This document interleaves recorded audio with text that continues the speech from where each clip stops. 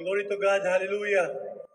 Una sa tanan, namata sa pagdaig, himbaya, gahom, pinabot ko sa ating mahal na Panginoong Jesus. Secondly, I give double honor to our beloved Honorable Pastor, Wildy Almeida, and to his beloved children, especially to our beloved Minister Pogs Almeida and beloved Sister Timmy. Welcome po kayo sa Cebu Outreach. Hallelujah, glory to God. At to our mga kaitsuunan, maayong adlaw po sa inyong tanan. Hallelujah, glory to God sa ating beloved preachers, sa ating beloved ordained preachers. At di natin malilimutan, turot aral natin minamahal na ginagalang na Isang Pastor Lina si Almeida. Hallelujah, glory to God. Mga minamahal, pinagpala po ako ng ating mahal na Panginoon.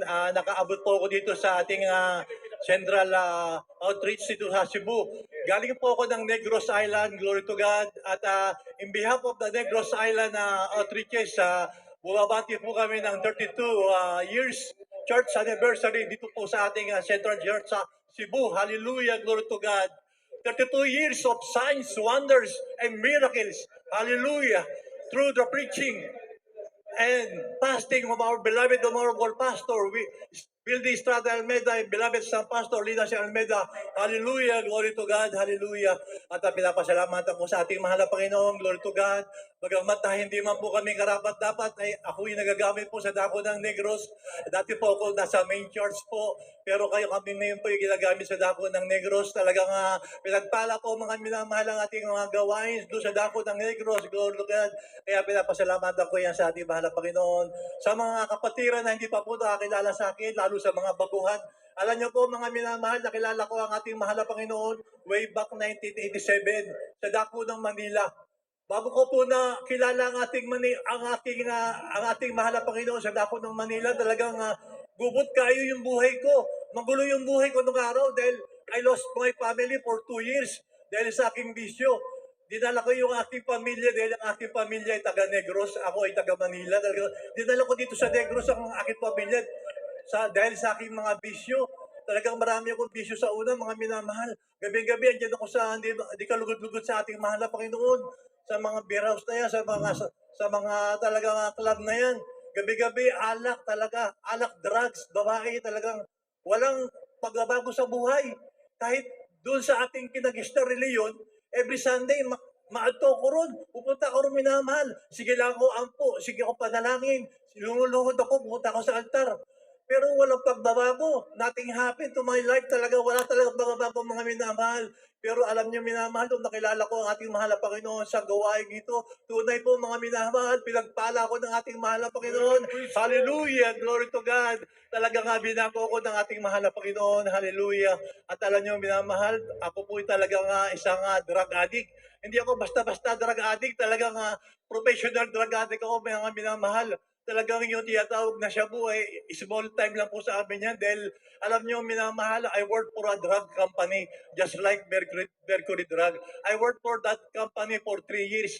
Lahat po ng mga prohibited na drugs that you take ng mga drug addict, lahat po yan mga minamahal, tinikman ko na yan.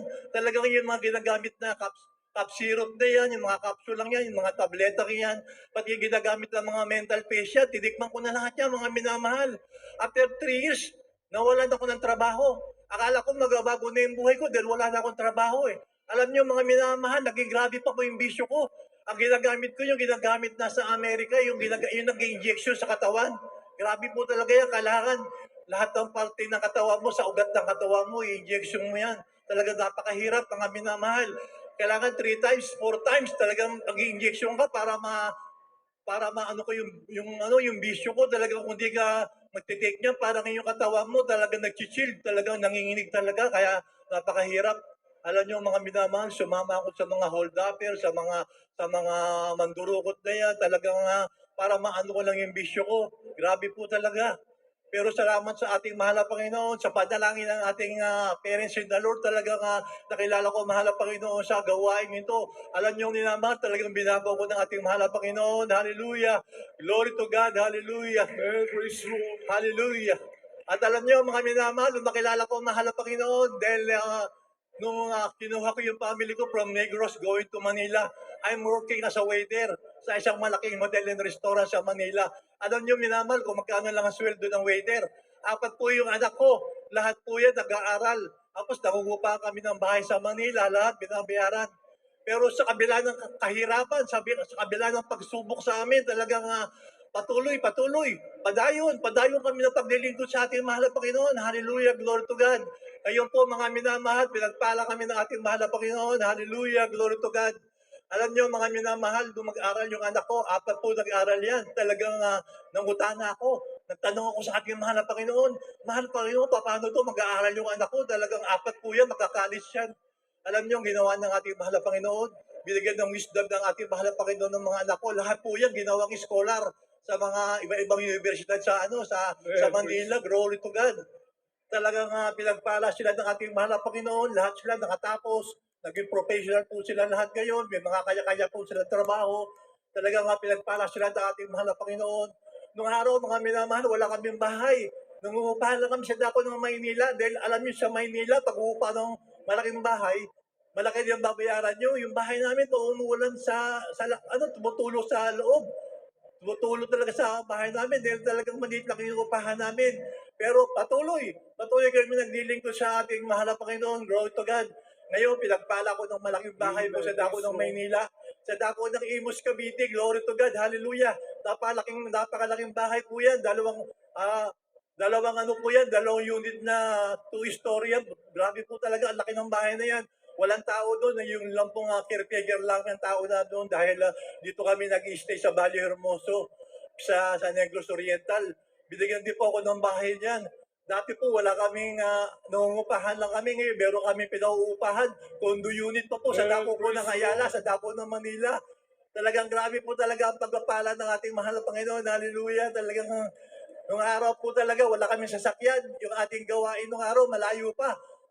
Doon po sa Sabarte, doon sa Marikina, talagang tigalawa kami ng aking beloved sweetheart, maliliit pa yung anak ko, sumasakay kami ng jeep, sumasakay kami ng bus, nakikiusap kami sa mga driver na ilibre lang isa dahil talaga sa kawalan, talagang minamahal, talagang napakahirap talaga yung buhay namin. Ang lagi namin binabaon nung araw, mga minamahal, yung nilagang saging. Kasi yun lang talaga ang kaya namin ibaon. Pero patuloy kami naglingkod sa ating mahal na Panginoon. Glory to God, hallelujah. Ngayon, pinagpala kami ng mga sasakyan na talagang grabe po talaga pagpapala ng ating mahal na Panginoon. Hallelujah. Kaya pinapasalamatan ko yan sa ating mahal na Panginoon. At pinapasalamatan ko rin sa ating mahal na Panginoon. Last 2021, andito po ako sa Davao del Negros. Talagang nagkasakit po ako ng simple na sakit lamang, yung pang kidney trouble lang po. Pero nagkaroon po ako ng komplikasyon sa diabetes.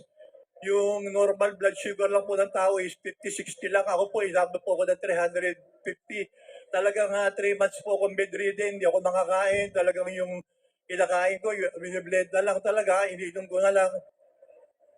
Pero salamat sa ating mahal na Panginoon. Pero pala sa akin layunin ng ating mahal na Panginoon na magamit kami sa gawain dito sa Davao ng Negros. Kaya pinapasalamatan mo yan sa ating mahal na Panginoon. Kaya hanggang dito na nga lahat ng kapurihan ng pasasalamat ay tanging sa ating mahal na Panginoon. Hallelujah. Glory to God.